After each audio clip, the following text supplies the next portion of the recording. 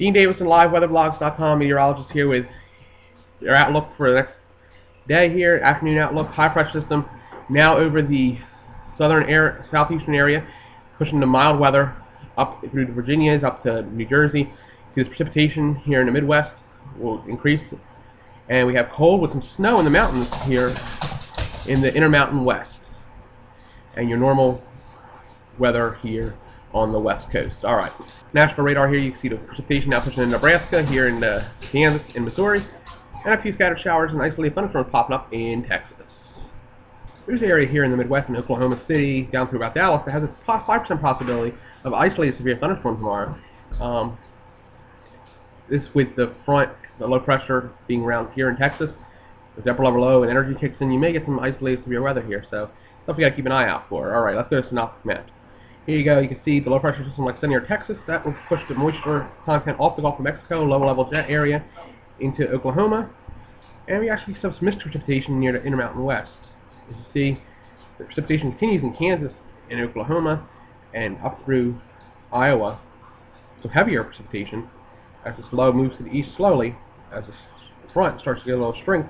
And then we get some mixed precipitation possibly even up in Minnesota and Iowa and Michigan coming up in the next few days.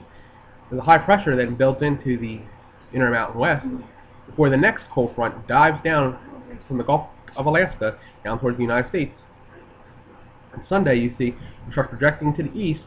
This will lead into the middle of next week where we may have some precipitation actually break out here in Virginia, North Carolina, and these areas on the East Coast. Stuff we got to watch out for later next week.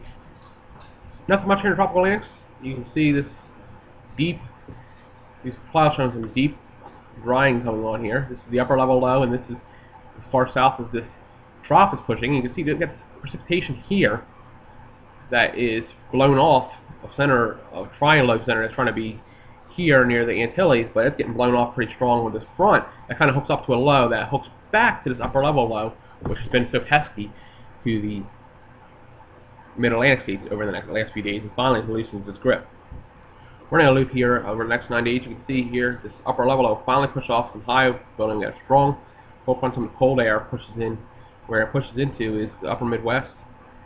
You can see the heat will give away with this next front and actually cool down the atmosphere for a little while before we get a retreat a little bit in more of a zonal flow, and the heat then builds back. You got a high pressure sitting here over the west. So this is a 9-day loop of the GFS model over the next 9 days. So we'll watch it again. Here we go.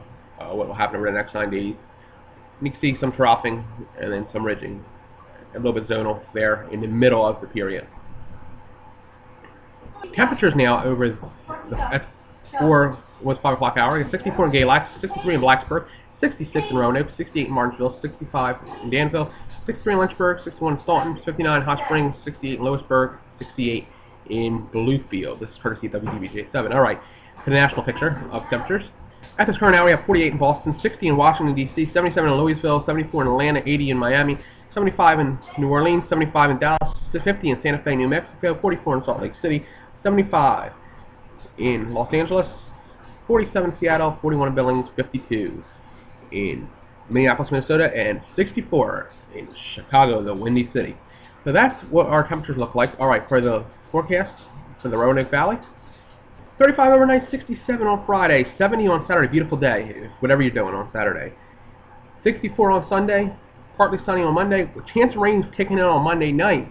With that next system, as we showed you earlier in the synoptic maps, as a front pushes to the east, we're going to finally get the precipitation probability, and that may last through about Wednesday of next week. So, and the temperatures at night will be between 30 and 40 degrees.